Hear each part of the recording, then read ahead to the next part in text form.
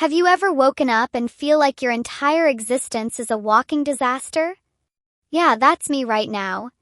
Last night, I made what I thought was a perfectly logical decision. I was stressed, tipsy, and done with my families. When will you settle down? Nonsense.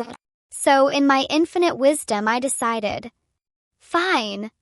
If I need a boyfriend, I'll just rent one. Enter him tall, devastatingly handsome, and giving off "I'm here to make bad decisions with you" energy. Did I confidently walk up to him, slip him an offer, and negotiate like a CEO? Yes. Did he smirk like he was secretly enjoying my mistake? Also yes. Did we end up having the best night of my life? Oh, 100%. But here's where the universe decided to ruin me. This morning, I woke up to find his business card on my nightstand. And guess what it says? Damien Lancaster, CEO of Lancaster Financial Group. I mistook the richest man in the country for a gigolo. And just when I thought I could crawl under a rock and forget this ever happened, the door swing opened.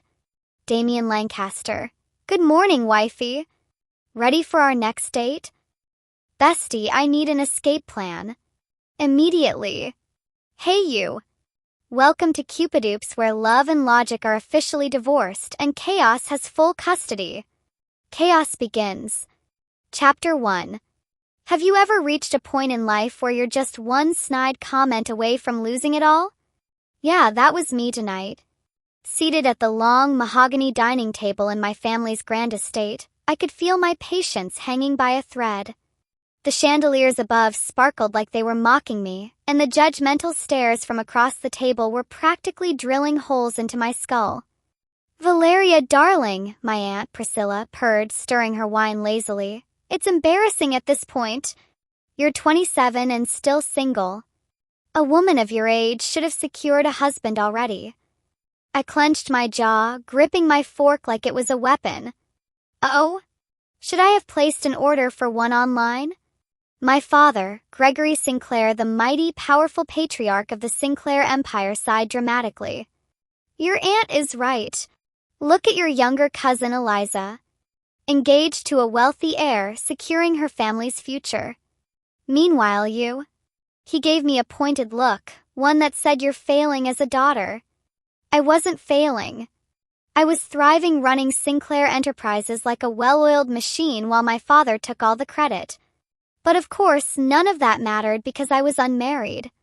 You need to put aside your ridiculous standards, Priscilla continued, swirling her glass. Men don't like women who are too headstrong. That's why your engagement fell through. Ah, there it was. The dagger. I felt my entire body go stiff. The failed engagement they loved to throw in my face was not my fault. I had almost married that two-faced, cheating bastard, only to find out he was having an affair with my own cousin. But sure, let's blame me. Eliza has been invited to the Lancaster Gala next week, my mother added. If you weren't so stubborn, perhaps you could have been the one attending the Damien Lancaster event instead of her. Damien Lancaster. The name alone sent a tingle down my spine. He was a legendary billionaire financial tycoon who had spent the last few years overseas expanding his empire. A man so powerful that entire corporations trembled at the mere mention of his name. And yet, here I was being compared to my little cousin, as if I was some failed prototype of a Sinclair woman. I slammed my wine glass onto the table, startling everyone. Fine, I said, standing up so fast my chair nearly toppled over. You want me to get a man? Watch me. Priscilla scoffed. And where exactly do you plan to find one? I smirked. Where do you think? I'm going shopping. And with that, I stormed out. Drink. Kathy, my best friend, my partner in crime, and the only person who truly understood my struggles, shoved a glass into my hand. We were at the Velvet Room, an exclusive VIP bar, the kind where only the elite drank their problems away in expensive liquor. Dim golden lighting, sultry jazz music, and rich people pretending to be mysterious was the perfect place to forget my family's nonsense. I downed the shot in one go, hissing as the burn of the alcohol sent a wave of warmth through my veins. "Why are you so tense?" Kathy whined, taking a sip of her cocktail. "Come on, V. Forget about them. We are here to have fun." "Fun. Right." I exhaled slowly, my gaze drifting around the room until it landed on him.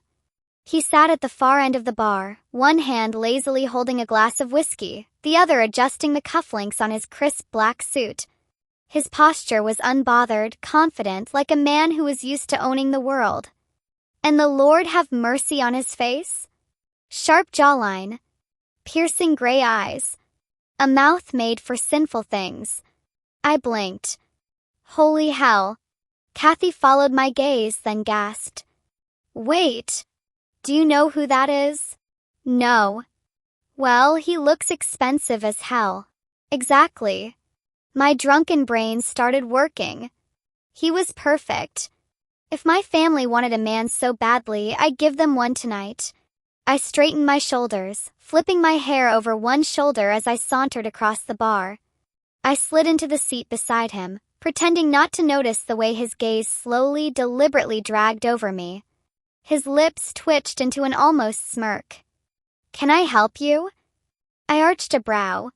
"That depends. How much do you charge for a night?" His glass paused midair. Then, he turned his full attention to me, eyes glinting with dangerous amusement. "Excuse me." I leaned forward, my drunken confidence taking the lead. "I'm willing to pay whatever your rate is. You look expensive, but don't worry, big sister can afford you." Silence. A heavy, intense silence. I probably should have been concerned by the way his lips curved into something terrifyingly unreadable. But the alcohol in my system had dismantled my ability to sense danger. He set his glass down.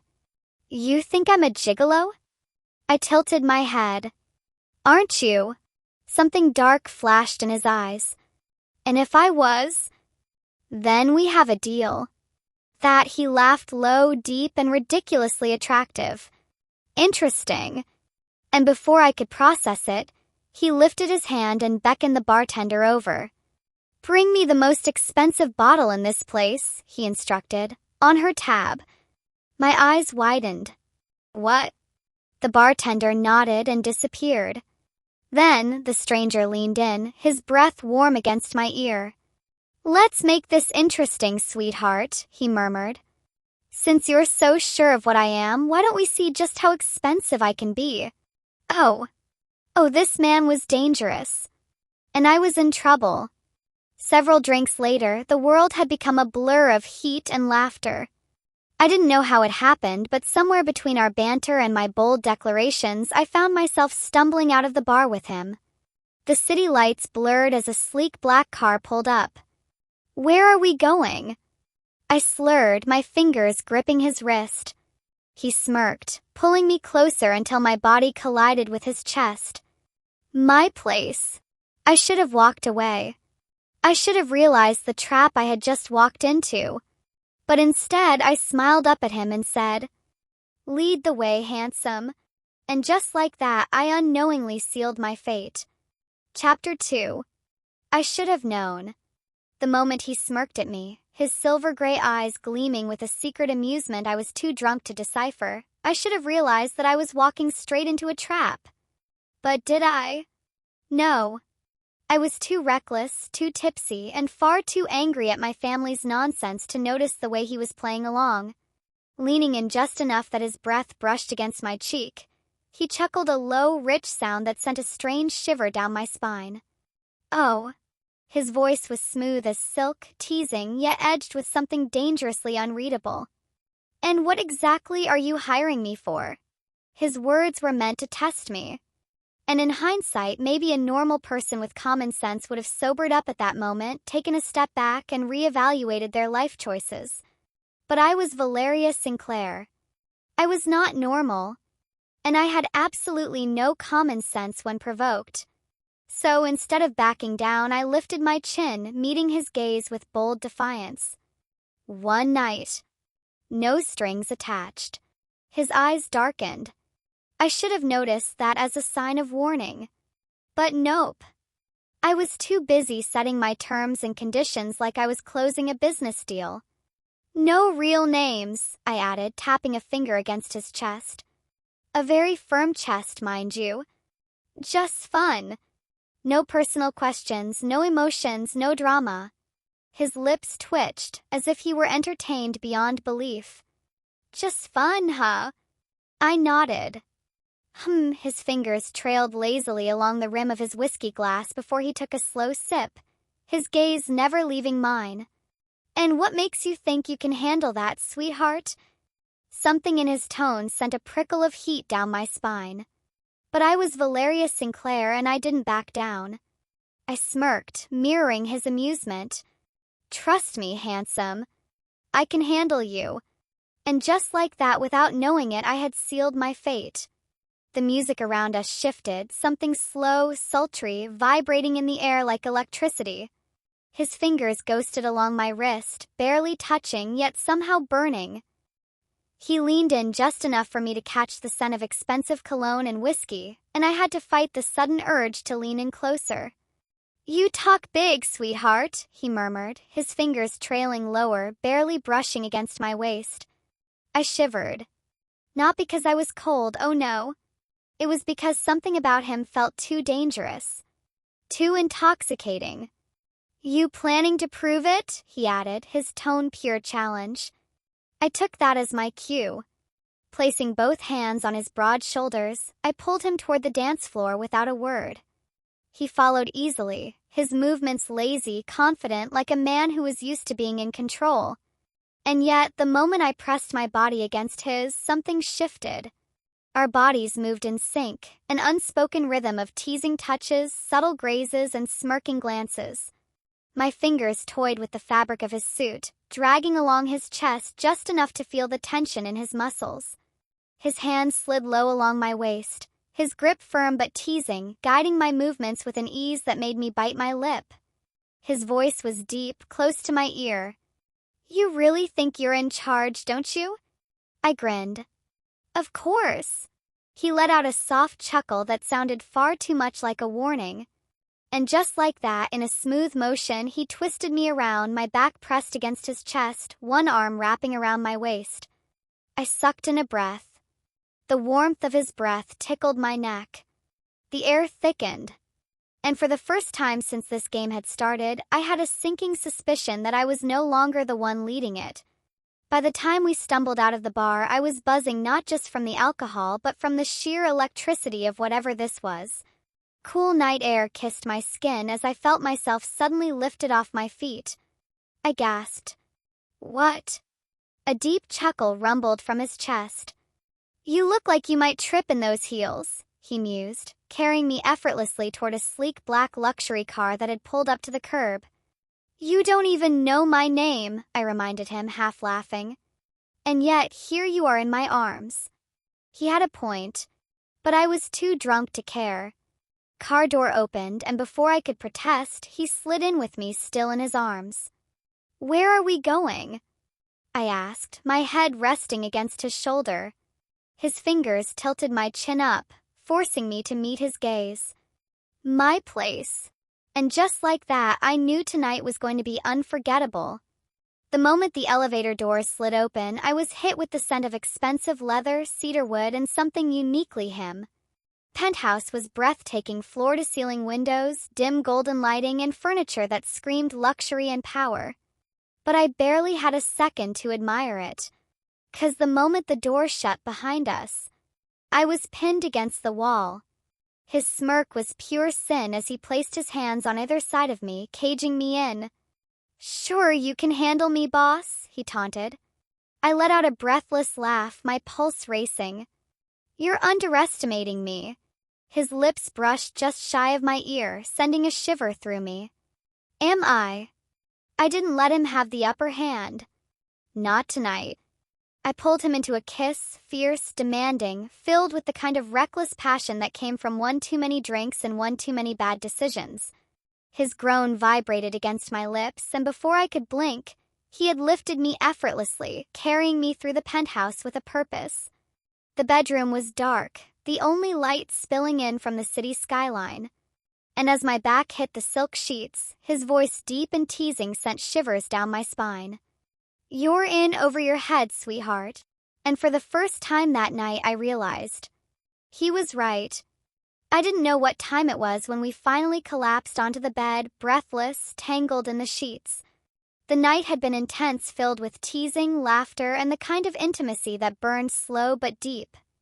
I had never met a man who enjoyed making me squirm this much, who studied every reaction, every shift in my breath, with the focus of a man who had all the time in the world. It was infuriating. It was addictive. And as I lay there, completely exhausted, I murmured, "You're too good at this. You must be really expensive." The last thing I saw before sleep claimed me was his smirk in the dark. And the last thought that flickered through my mind was, if only I knew who he really was. Chapter 3.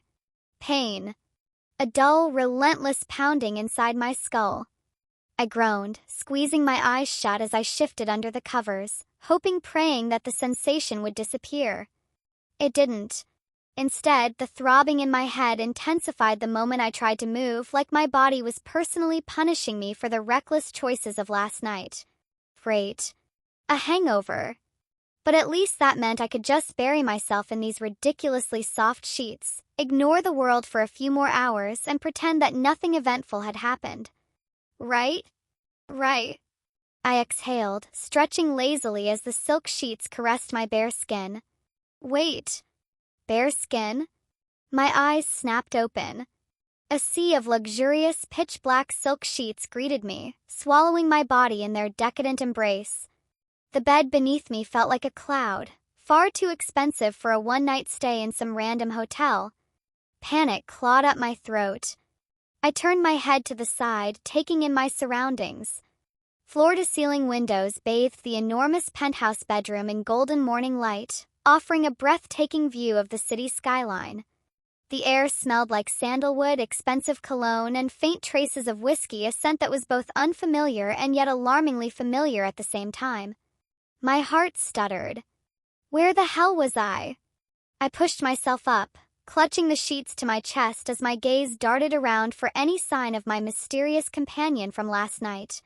Empty. The other side of the bed was empty. I swallowed, ignoring the sinking feeling in my gut as my gaze landed on the nightstand. And that's when I saw it. A business card, placed neatly beside a glass of water, as if someone had left it there deliberately. My brow furrowed as I reached for it, fingers trembling slightly as I turned it over. And froze. Damien Lancaster. CEO, Lancaster Financial Group. I felt my blood run cold. No. No. No. No. This had to be a joke. I reread the name again, blinking rapidly, hoping I was still drunk. Damien Lancaster. The #1 richest man in the country. The CEO of the most powerful financial empire in the world. The same man who controlled billions in assets, whose name alone could send the entire stock market into chaos. And I had rented him for the night? A strangled noise escaped my throat, somewhere between a choke and a gasp. Oh my God. Oh my God. My breath hitched as horrifying flashbacks of last night rushed back like a tidal wave. The dancing. The teasing. The bold offer I had made in my drunken stupidity. "You look expensive, but don't worry, big sister, I can afford you." Oh dear God in heaven. I had called Damien Lancaster a gigolo. A gigolo. I wanted to die. I needed to run immediately. I was already grappling with the sheets, trying to locate my clothes when the bathroom door swung open. My breath lodged in my throat. 'Cause there he was. Damien Lancaster. In the flesh. And I meant flesh. The only thing protecting my fragile sanity was the fact that he was wearing a silk robe, one that hung loosely off his perfectly sculpted frame, offering me a very generous view of his ridiculously chiseled chest and sharp collarbones. His hair was slightly damp, as if he had just finished showering, and his silver-gray eyes locked onto mine with an undeniable glint of amusement. A smirk tugged at his lips, lazy, knowing, confident. Good morning, Wifey, he drawled, leaning casually against the doorway. I forgot how to breathe. Did he just say, Wifey? My entire body locked up. What the hell? I stared at him, horrified. My mind is scrambling for any logical explanation. Nope. There was none. Ready for round 2? He added, tilting his head, eyes glinting with mischief. Round what? I made a sound I wasn't sure if it was a squeak, a gasp, or a strangled scream, and immediately yanked the sheets higher, as if that could somehow protect me from the sheer level of insanity unfolding before my eyes. What did you just call me? I stammered. He arched a brow. Wifey. I gaped at him. He said it so casually, like we had just skipped the entire dating process and landed straight into a marriage contract. Why? I demanded, my voice slightly higher pitched than usual. His smirk widened. Because it suits you. I was going to combust. This was not happening. This was a dream. A very bad, very terrifying, very bizarre dream. I took a deep breath, willing myself to remain calm. Okay, first of all, I began, voice shaking. I am not your wifey. Second, I gestured wildly toward the business card still clutched in my hand. You're Damien Lancaster? He didn't even blink. Yes, he confirmed, as if it were common knowledge. My world tilted. You're the CEO of Lancaster Financial Group? You're the richest man in the entire country? He nodded, completely unfazed. And that's when it hit me. This wasn't a dream. This was very painfully real. I had mistaken the most powerful man in the country for a gigolo, and I had offered to pay him. I wanted the earth to swallow me whole. I slapped a hand over my face, groaning in sheer mortification. I'm going to throw myself off this penthouse balcony, I announced dramatically. Damien laughed. The nerve. Oh, sweetheart, he mused, pushing off the doorway and strolling toward me with an annoyingly slow grace. I think we both know you're not going anywhere. I froze. And that's when I realized. His robe had loosened slightly, revealing more skin than should be legally allowed this early in the morning.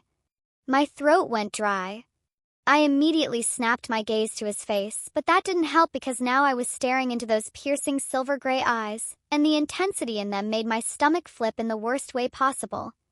Why are you looking at me like that? I blurted. His smirk returned. Like what? Like I waved my hands wildly. Like you're plotting something. He hummed thoughtfully. Maybe I am. Oh no. What are you plotting? I asked, narrowing my eyes. He leaned in slightly, his voice dropping to a dangerously low murmur. To make you eat your words, of course. I blinked rapidly. What words? His smirk deepened. You did say you could afford me, didn't you? I stopped breathing.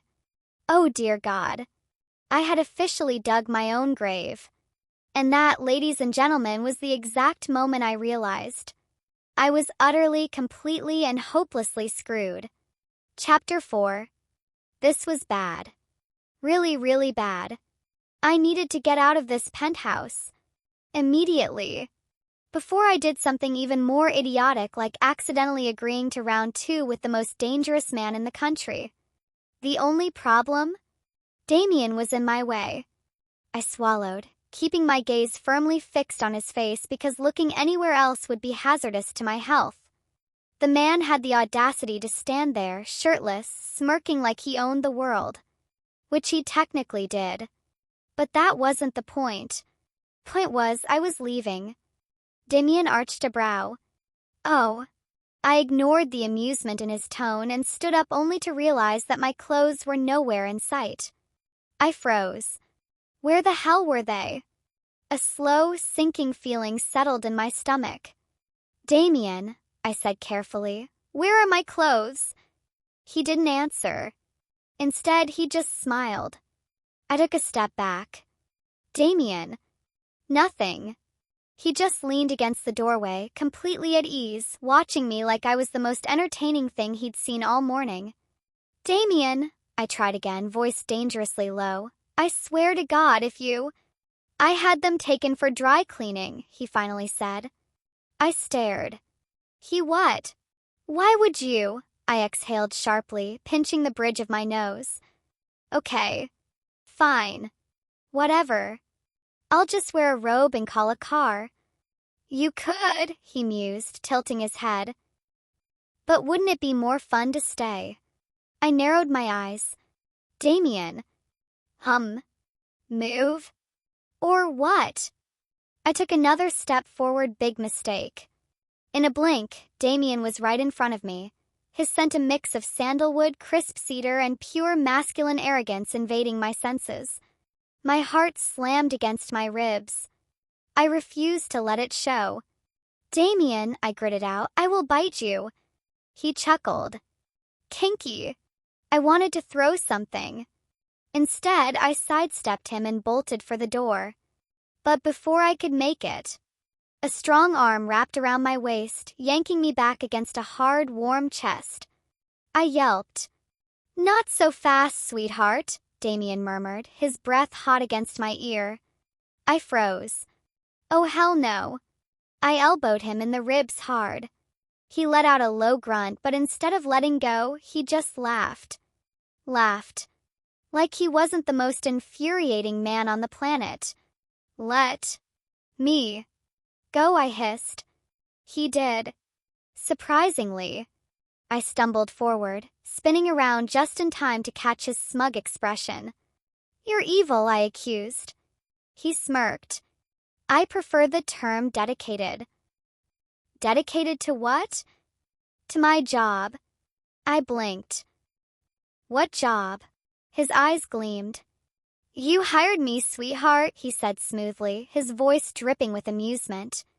"I take my jobs very seriously." I felt my soul leave my body. Oh no. He was going to make me regret last night for the rest of my existence, wasn't he? I was back in my own world. No billionaires. No Lancaster. No absurdly sexy CEOs haunting my life. Just my normal, luxurious, stress-inducing corporate world. At least that's what I thought. Until I walked into the board meeting and saw him. Damien Lancaster. Sitting at the head of the table like he owned the place. I froze mid-step. What the hell? I slowly turned to my assistant. "Nina," I whispered. "Why is Damien Lancaster here?" Nina, blissfully unaware of my internal panic, beamed. "Oh, he's the new investor." My stomach dropped. "New investor?" I repeated numbly. Nina nodded. "Yep. Lancaster Financial just acquired a major stake in Sinclair Enterprises." My eyes twitched. Damien chose this moment to glance up, locking eyes with me. And then the bastard smirked. I felt every ounce of sanity leaves my body. 3 days later. If I thought the board meeting was a fluke, I was dead wrong. 'Cause Damien was everywhere. Every damn place. Charity events. He was there. Business galas. Smirking at me from across the room. My favorite cafe? Oh, he was not only there, he was sitting at my usual table. I slammed my purse onto the table and scowled down at him. "Are you stalking me?" Damien looked up from his black coffee, completely unbothered. "Good morning to you too, wifey." I ground my teeth. "Damien." Go. Away. He sipped his coffee, eyes twinkling with amusement. "No." I gasped. "You can't just say no." "I can," he said smoothly, and I did. I inhaled sharply, mentally counting to 10. "Why are you here?" I finally asked, voice dangerously calm. He leaned back lazily, exuding pure arrogance. "Because I like my job." I blinked. "What job?" His lips curled. You hired me, he reminded me. And sweetheart, I'm very committed. Oh. I stared at him. You're kidding.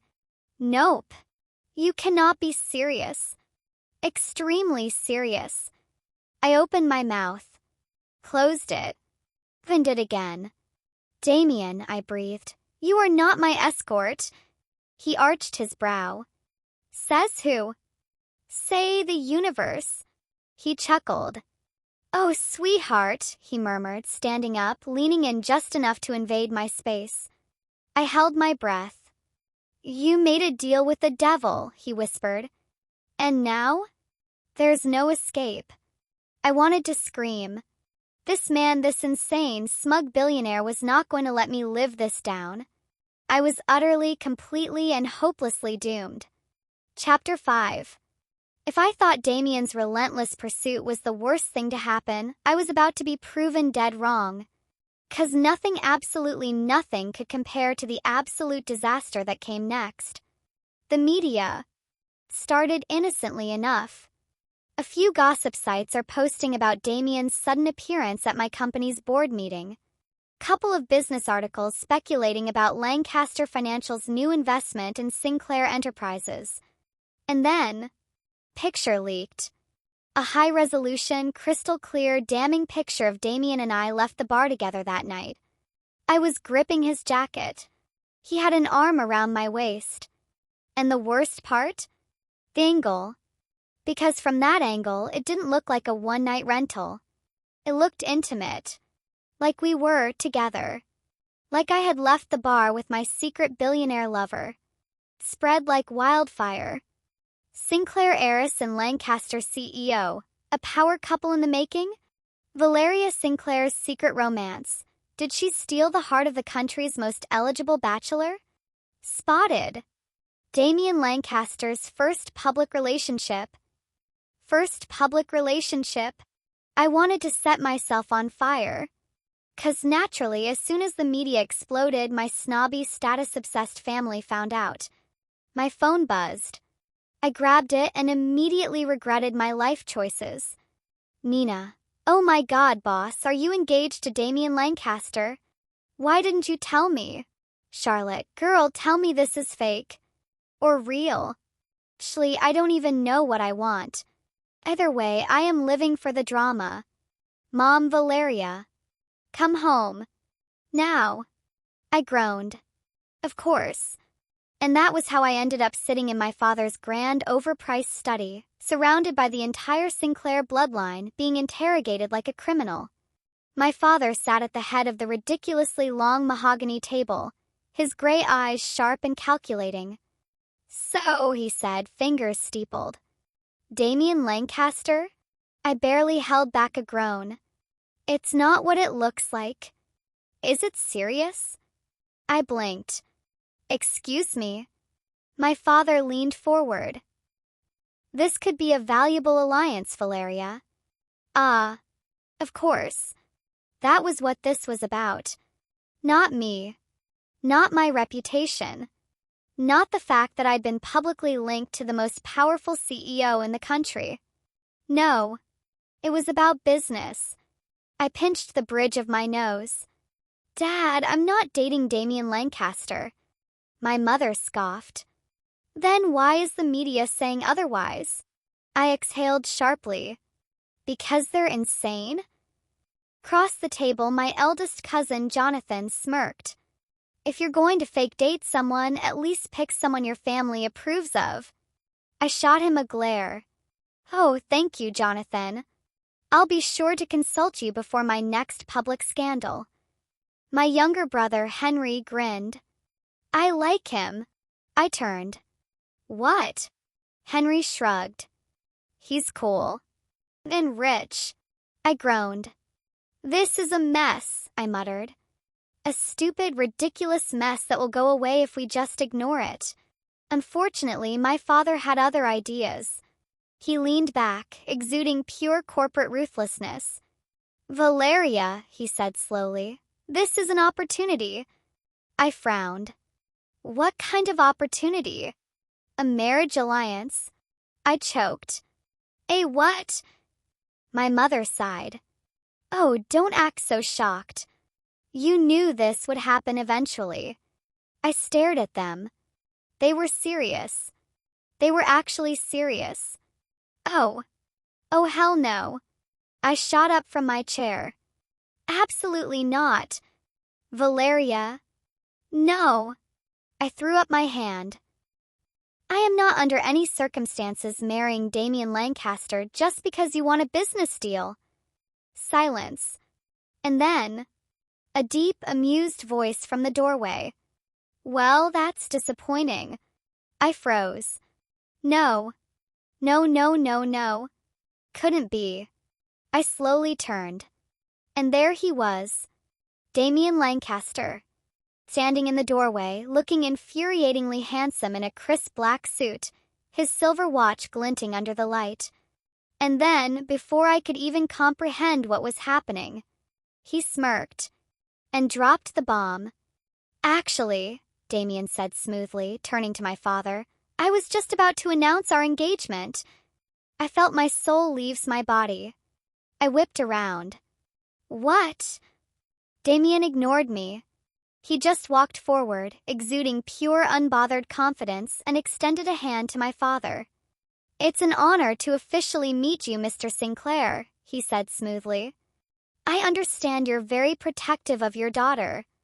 I just want to assure you that my intentions are serious." I was going to pass out. My father shook his hand, looking mildly impressed. "Oh." Damien nodded, his expression absolutely unreadable. "I love her," he said. I choked on air. "What?" "And I intend to marry her," he added, as if that was a completely normal sentence to say. I snapped out of my daze. "Damien!" I hissed. "Are you insane?" He just winked at me. "Didn't you say you needed a boyfriend?" he whispered, his voice dripping with amusement. "I'm just being professional, sweetheart." I was going to murder him. 2 days later, after I'd barely survived the media firestorm, the interrogation, and Damien's unbelievable audacity, I was ambushed. By his mother. I opened my apartment door and there she was. Marianne Lancaster. Damien's mother. The most influential woman in high society. Marianne Lancaster, she was a legend. A woman of elegance, sharp wit, and terrifying influence. Standing at my doorstep, dressed in an impeccably tailored coat, smiling like she'd been waiting for this moment her entire life. I froze. "Mrs. Lancaster?" She beamed. "Oh, sweetheart, call me Marianne or Mom." I blinked. May I come in?" I didn't know how to say no to a woman who probably controlled half the country's economy. So I moved aside. Marianne strolled in, taking in my apartment with sharp, assessing eyes. And then she turned to me with a sweet smile. "I like you," she said simply. I stared. "I beg your pardon?" "I like you for Damien," she repeated cheerfully. "I think you'd make an excellent wife." I was going to die. Right here. In my own apartment. "Marianne," I began slowly, "this engagement is not real." She waved a hand dismissively. "Oh, sweetheart, I know my son. He wouldn't do this unless he wanted to." I opened my mouth. Closed it. And then, she leaned forward, her smile never faltering. "Give him a chance, Valeria," she murmured. "You might surprise yourself." I had no words. 'Cause deep, deep down, I was starting to think she might be right. Chapter 6. The moment I agreed to play along with this ridiculous fake engagement, I knew I was making a huge mistake. But I thought, fine. I'll keep it simple. Just smile for the cameras, attend a few events with Damien, and let this insane media storm die down. Simple. Right? Wrong. 'Cause Damien Lancaster was not a simple man. No. He was a menace. Started innocently enough. A hand on the small of my back at an event. A casual, "You look beautiful, sweetheart," whispered in my ear, just loud enough for the reporters to hear. Annoying? Yes. Manageable? Also yes. But then it escalated. 'Cause Damien Lancaster had absolutely no concept of personal space. One morning, I walked into Sinclair Enterprises, expecting my usual chaotic workday, only to find a ridiculously large bouquet of white roses sitting on my desk. I froze. My assistant, Nina, peered over my shoulder, grinning. "Someone's got a secret admirer," she teased. I snatched the card attached to the flowers and read it. "To my lovely fiancé. Consider this a small apology for making you blush last night. Your ever-devoted future husband, Damien Lancaster." I stared at the card, then at the ridiculous amount of flowers, then back at the card. This man, this infuriating, arrogant billionaire troll of a man. My phone vibrated. Damien picked up, already seething. "Stop sending me things," I hissed. His deep chuckle sent an unwanted shiver down my spine. "Why?" he mused. "Do they make you feel special?"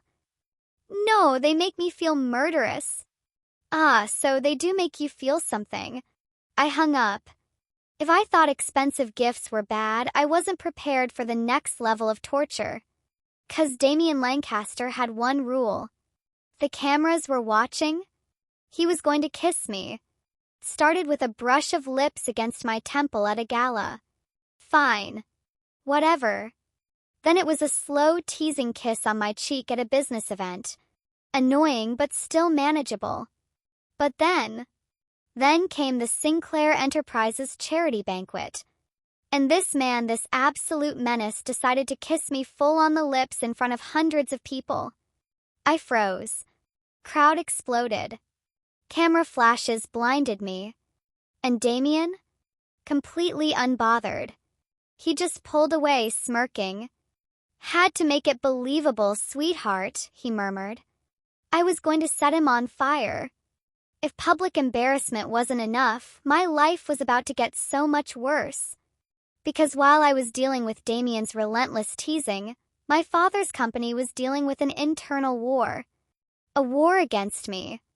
"Valeria, we have a problem," Nina said, her face grim as she entered my office. I sighed, rubbing my temples. "Another leaked picture?" "No," she said, hesitating. "It's about the board." I frowned. "What about them?" She bit her lip. "They don't want you to be CEO." Silence. A slow, cold feeling spread through me. "What?" Nina exhaled. "There's been talk. Some of the shareholders don't think you're fit to take over Sinclair Enterprises. They're saying you're too distracted by your relationship with Damien Lancaster." My stomach dropped. Distracted? I have given my life to this company. I had spent years proving myself, working harder than anyone, only for them to use this fake engagement against me. Nina placed a stack of documents on my desk. "They've been gathering complaints, saying you're unqualified, that you're too young and impulsive." I clenched my fists. Of course they'd wait for an opportunity like this. I had spent my entire career fighting for my place. And now, the moment I was close to the top, they were trying to push me out.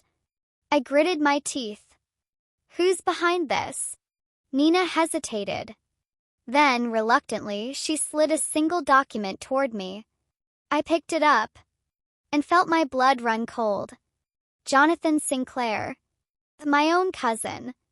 The man who had mocked me at the family meeting. The man who had always resented me for being my father's first choice. The man who wanted my company. I exhaled slowly, gripping the paper so hard my knuckles turned white. So, that was how they wanted to play this. Fine. Let the war begin. I thought my biggest problem was Damien Lancaster's shameless flirting. I was wrong. Because while he was stealing kisses and teasing me relentlessly, my own family was trying to steal my future. And I wasn't about to let them win. Chapter 7. If I thought fighting off greedy shareholders was my biggest problem, I was horribly mistaken. Because just when I thought things couldn't get any more ridiculous, in waltzed Melissa Carter, Damien's so-called childhood sweetheart. She was the perfect example of a green tea woman. Sweet voice, innocent eyes, always pretending to be harmless while simultaneously stabbing me in the back every chance she got. And worst of all, Damien seemed completely unbothered. Started at a charity gala. I was in the middle of charming a major investor when I heard it. A high-pitched, overly dramatic gasp. Oh my God, Dammy. I nearly choked on my champagne. Dammy? Who the hell? Before I could react, a slender, perfectly manicured woman launched herself at Damien, wrapping her arms around his neck like a damn koala. My fiancé, to his credit, looked mildly surprised. Melissa, he said, his tone neutral. Melissa. Of course. I had heard the name before, mostly from gossip magazines that loved to romanticize her as the one that got away when it came to Damien Lancaster. She pulled back, batting her annoyingly long lashes. I didn't know you'd be here, she gushed. Damien tilted his head. It's a Lancaster-funded event. Why wouldn't I be here? She giggled. Oh, Dammy, you're so funny. I cleared my throat loudly, reminding them of my existence. Melissa finally acknowledged me, giving me the sweetest, most condescending smile I had ever seen. You must be Valeria Sinclair, she said, looking me up and down like I was some charity case Damien had picked up. I smiled back just as sweetly. And you must be the past he forgot to mention, I replied. Damien choked on his drink. Melissa's smile faltered for half a second, but she recovered quickly, laughing like I had just told a joke. Oh, Damien and I go way back, she said, clinging to his arm. I resisted the urge to throw my champagne in her face. From that day forward, Melissa made it her personal mission to make my life hell. She would accidentally spill drinks on my dresses at events. She would show up at Lancaster Financial, pretending to just be visiting, but always making sure to bring up their shared childhood memories loud enough for me to hear. She even crashed one of our dates, claiming it was just a coincidence. Worst of all, the media loved her. Headlines like, Damien Lancaster's first love returns, does Valeria stand a chance? Childhood sweethearts reunited. Is this the real love story? I wanted to scream. And Damien? The jerk was enjoying my frustration. Every time I gritted my teeth, he'd smirk. Every time I clenched my fists, he'd whisper, Getting jealous, sweetheart? I hated him. I hated her. And I especially hated how good he looked while I was plotting their deaths. If there was one person who wasn't thrilled about Melissa's antics, it was Damien's mother. You again? She sighed, rubbing her temples when Melissa conveniently showed up at the Lancaster mansion. Melissa pouted. Auntie, I just missed you. Damien's mother arched a brow. It's Mrs. Lancaster to you. I had to hold back a laugh. Melissa blinked.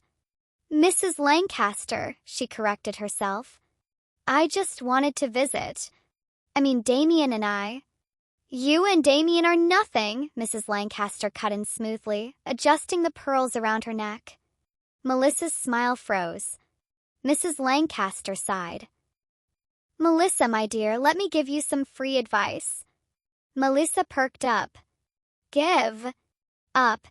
Silence. Then. Excuse me. You heard me, Mrs. Lancaster said, sipping her tea. My son is engaged to Valeria Sinclair. And I don't support homewreckers. Melissa's face turned red. Now, if you'll excuse me, Mrs. Lancaster continued, I have a wedding to plan. Melissa looked seconds away from exploding.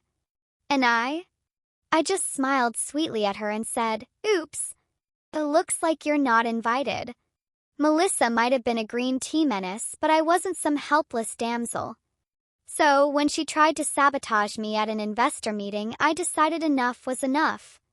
She had convinced an investor that I was incompetent and only getting by because of Damien. Big mistake. Because the moment she started her sweet and innocent act, I interrupted. "Oh, Melissa, you're here," I said loudly, making sure everyone turned to look at her. She beamed, thinking I was going to be polite. But I wasn't. "I didn't realize they let unemployed socialites give business advice," I added with a smile. The investors laughed.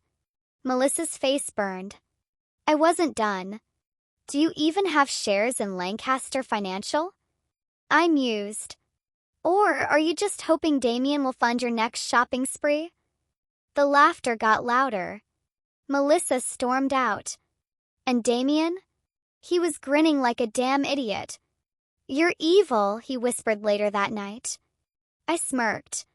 "You love it." He leaned in, voice low. "I really do. But if I thought Melissa was the only problem, I was wrong. Because the moment another man showed interest in me, Damien lost his damn mind. It happened at a business conference. I was chatting with Leo Carter, a charming entrepreneur, when Damien appeared out of nowhere and wrapped his arm around my waist. "Sweetheart," he said smoothly, pulling me against him. "Are you making new friends?" Leo chuckled.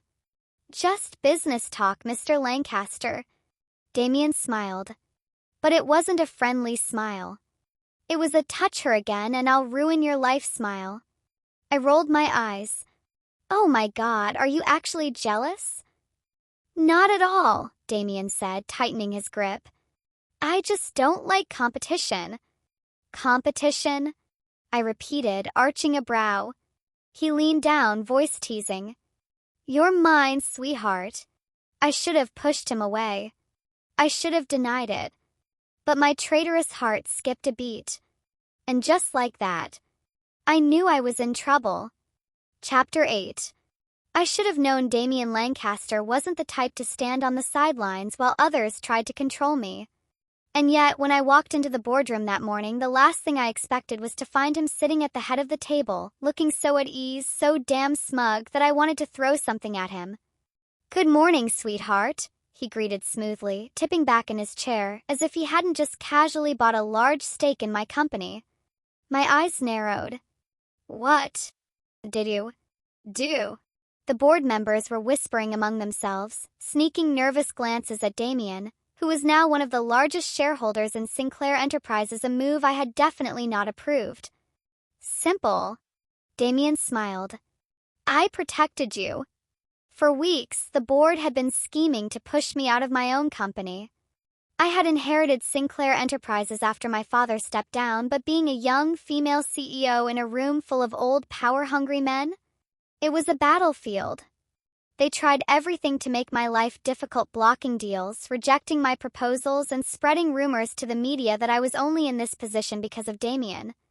I had been fighting them off alone. Until now. Until Damien walked in like he owned the place, because technically now he did. "I don't need a bodyguard," I hissed, glaring at him across the table. Damien's lips twitched. "Sweetheart, you don't need a bodyguard.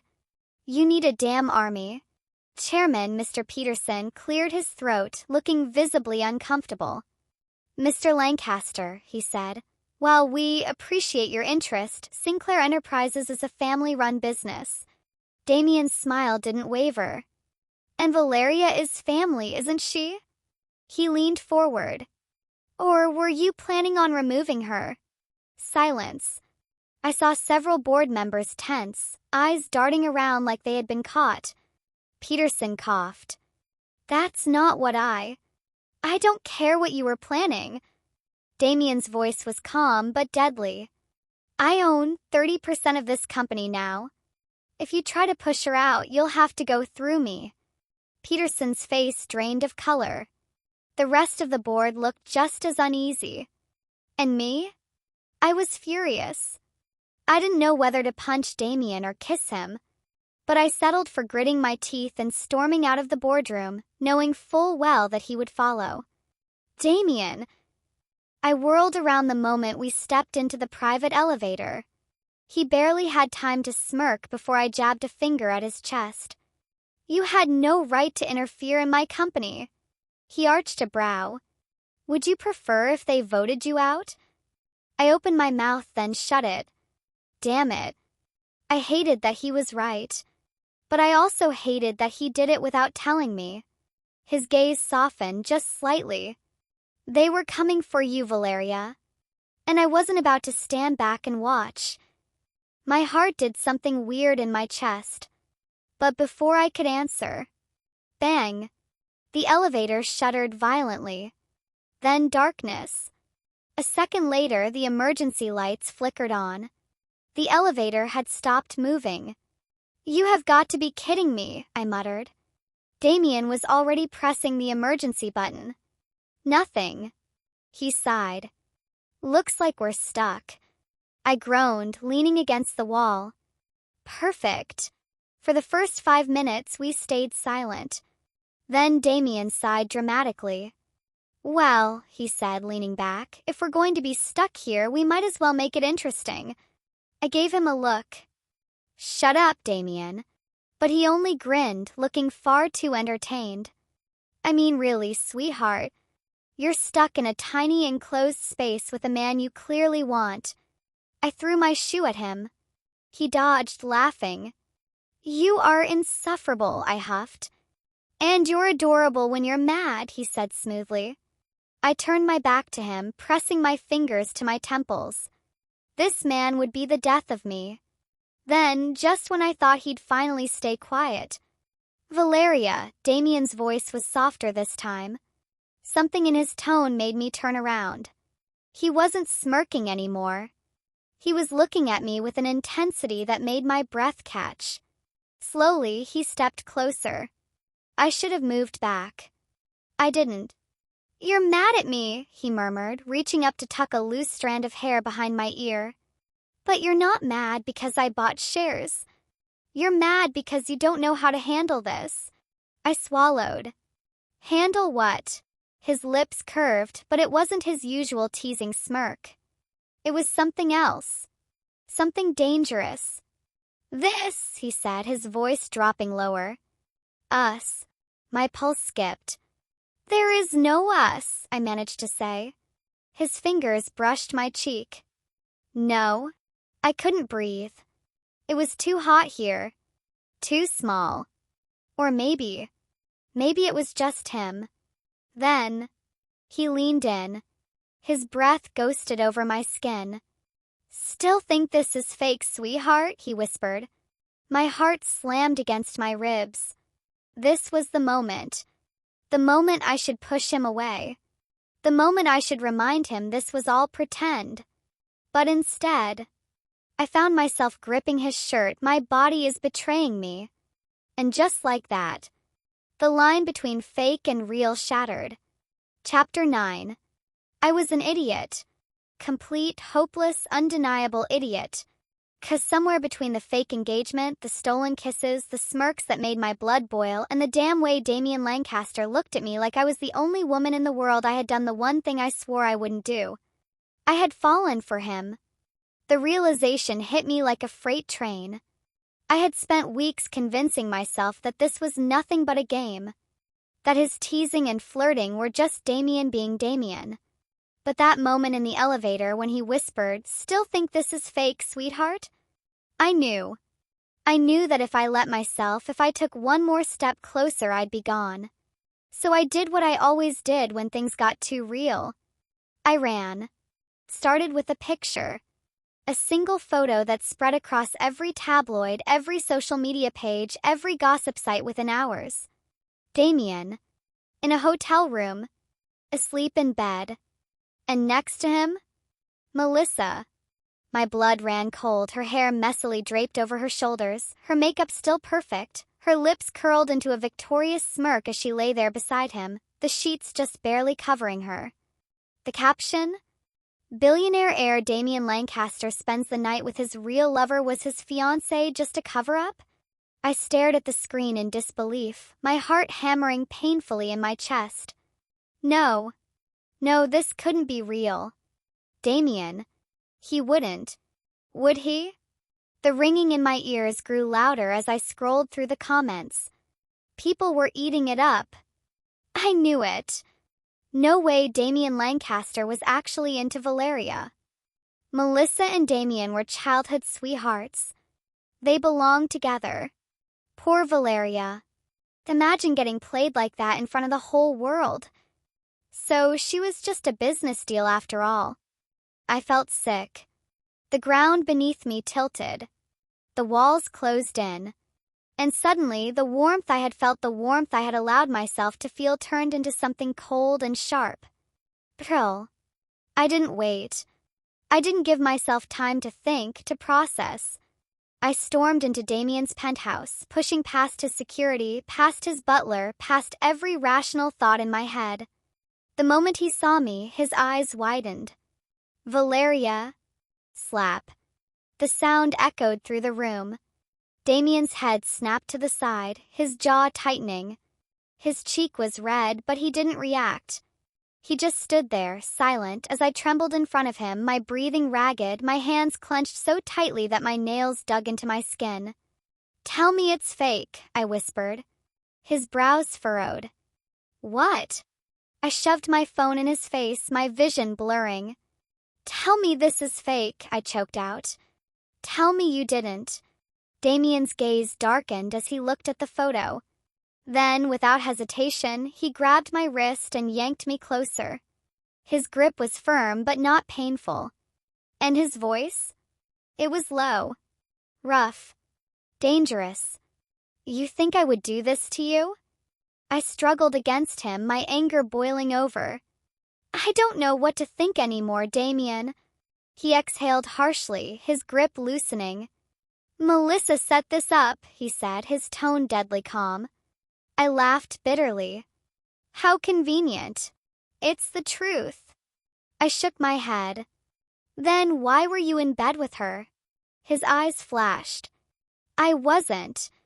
My heart skipped, but I forced myself to stay angry. "Damien, the entire world saw that picture. It was staged, Valeria." His voice was so sharp, so firm that I faltered. He ran a hand through his hair, his frustration evident. "I don't know how she got in. I was at a business event, I had a drink, just one, and then I woke up to my phone blowing up with this bullshit." I swallowed, my throat tight. "I don't believe you." Damien went completely still. And when he spoke again, his voice was quiet, controlled. "But you believed in us before this." I froze. His expression was unreadable. "Didn't you?" My chest ached. I had. God, I had. But now?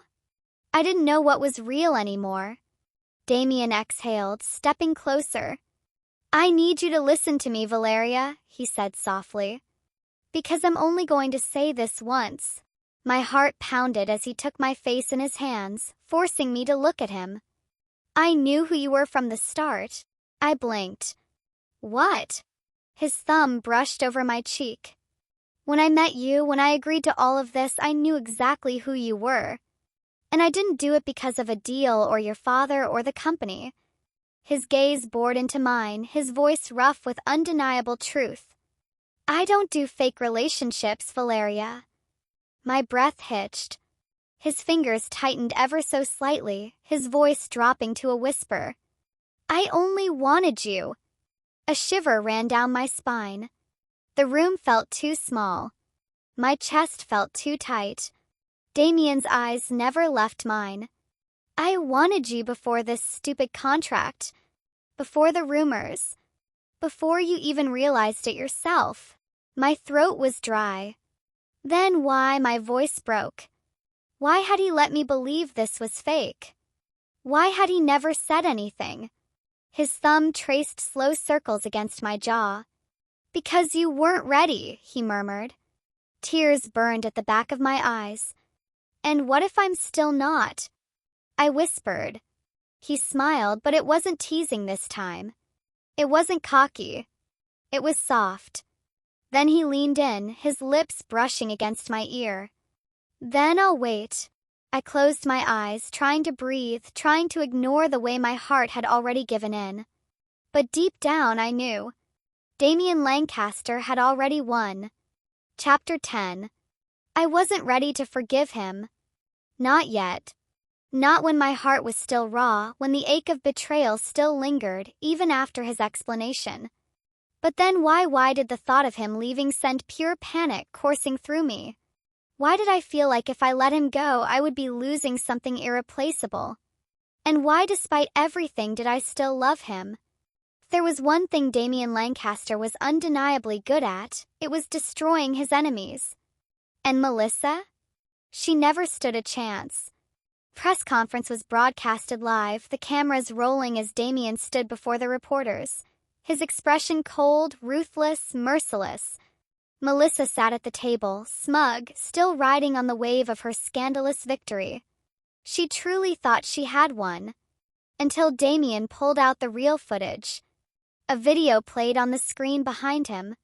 Security footage from that night. Melissa sneaking into his hotel suite, whispering orders to the staff. A drugged drink being slipped onto his tray. And then her posing beside his sleeping form, taking the very picture that had ruined everything. The entire room fell silent. Melissa's smile vanished. Then chaos. The media exploded, reporters firing off questions, microphones shoved in Melissa's face as her carefully crafted lie collapsed. Damien's voice was quiet but deadly as he leaned toward her, the cameras catching every single word. Did you really think I wouldn't destroy you for trying to ruin her? Melissa blanched, her lips trembling. And just like that, her reign of manipulation was over. Later that night, I found myself pacing my apartment, Damien's words playing in my head over and over. I knew who you were from the start. I hadn't believed him at first. But then I found the proof. An old, faded photograph. It was taken years ago, back when I had just entered the business world, struggling to get recognition, trying to prove myself to a board that saw me as nothing more than my father's pretty little daughter. And there, in the background of the photo, was Damien Lancaster. Watching me. Not in an obvious way, not even close enough to be noticed. But he was there. Back then, I hadn't known him. I hadn't even noticed him. But he had noticed me. Even before the contracts, before the arranged engagement, before all the chaos, he had seen me when no one else did. And that changed everything. The next morning, I saw the headlines. Damien Lancaster departing for London, leaving the country for good? I froze. He was leaving? Just like that? I didn't think.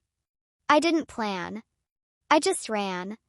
Through traffic, past flashing cameras, through the airport doors, ignoring the security guards yelling at me.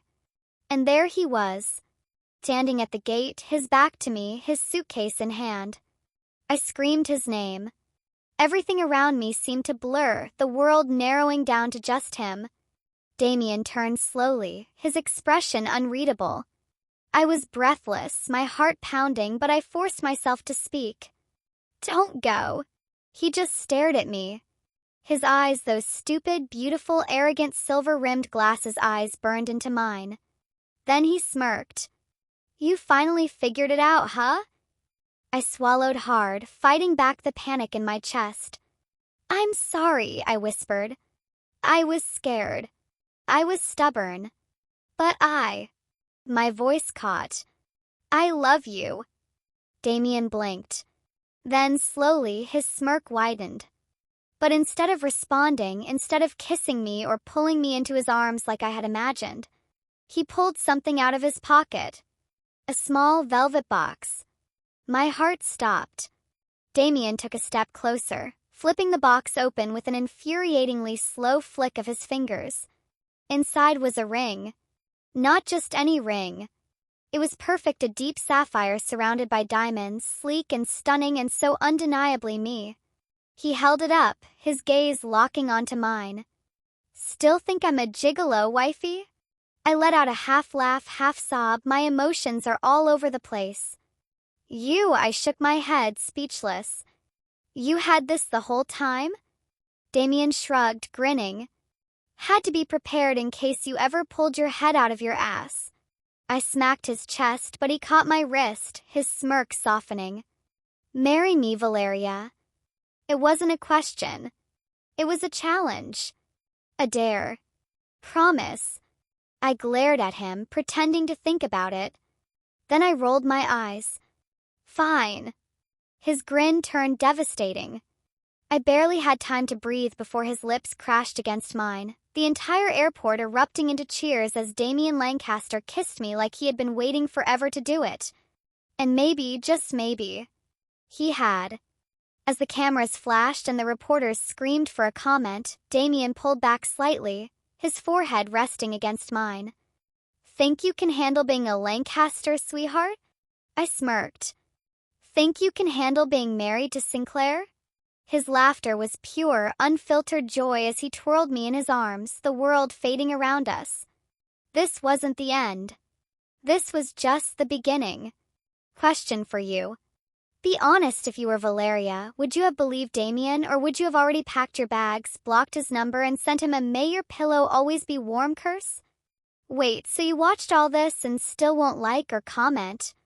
Is this how you ignore texts too? Be honest.